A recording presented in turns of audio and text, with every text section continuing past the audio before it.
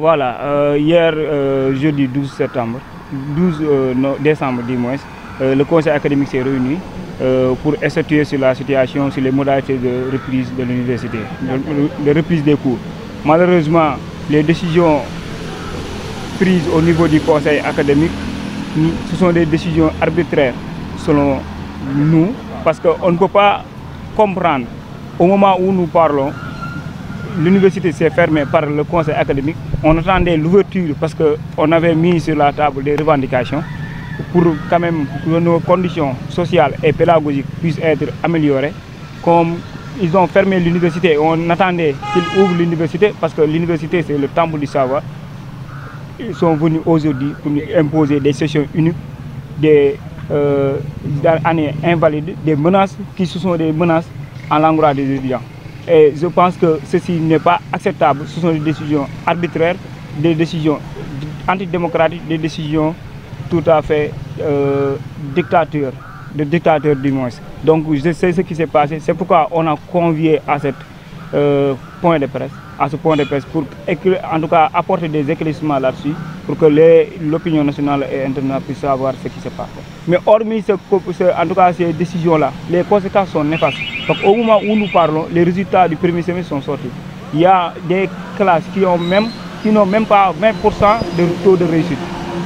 Si on prend l'exemple de L1 MPI, qui regroupe 179 étudiants, on voit que c'est seulement 36 étudiants qui ont validé. Et le cas est pareil dans toutes les GFR. Je pense qu'à ce niveau, les décisions d'annulation ou encore de session unique ne devraient pas être en tout cas d'actualité. Et en parlant de ça, je pense que les autorités sont conscientes de la situation, les autorités étatiques, et ils vont prendre les décisions là-dessus. C'est la question centrale. Mais si on prend également toujours sur les résultats, parce que les étudiants actuellement ils ne sont pas à l'université, mais si vous voyez bien l'invalidation du second semestre, je pense que c'est équivaut même à, en tout cas pas l'invalidation du second semestre, mais la session unique est équivaut à l'invalidation de l'année en fait. Parce que l'invalidation de second semestre, ça veut dire que les étudiants vont passer avec seulement un semestre. Et ce semestre-là compte que 30 crédits. Donc les étudiants ne pourront pas aller en classe supérieure. Qu'est-ce que les étudiants vont faire avec ces étudiants? Donc on aura un taux en tout cas un taux de décrochage très élevé à l'université qui sera empiré en fait par cette situation-là. Mais également les situations catastrophiques sociales et pédagogiques que les étudiants. Nous, ce qu'on a demandé, c'est l'amélioration des conditions de vie des étudiants, de vie sociale et pédagogique des étudiants. On avait mis sur la table des revendications. Ces revendications, on demande leur satisfaction de manière immédiate, parce qu'on ne demande pas la lune. On l'a dit au monsieur le ministre, on l'a dit aux autorités. Ce que l'on demande, c'est bien faisable dans le temps. Qu'ils puissent nous donner cela et ouvrir l'université et nous donner les 2 sessions normales, comme le système LMD nous le donne. La reprise au niveau, ça dépend en tout cas de la satisfaction de nos revendications. Mais avec l'imposition de session unique ou de l'invalidation d'une année, nous on ne va pas le faire. Ça, on est ferme là-dessus. Parce qu'il n'y a rien qui explique cette imposition de session unique ou de l'invalidation de l'année. Parce que l'année ne reste que 2 semaines. Je pense que dans les 2 semaines à venir, si on élève notre mot d'ordre et les étudiants reprennent, on pourra terminer l'année avant février et en mars on démarre notre année. C'est ce qui a été prévu au niveau des conseils DFR. Je rappelle que ces décisions prises au niveau du conseil académique n'ont rien à voir avec les décisions prises au niveau des conseils DFR.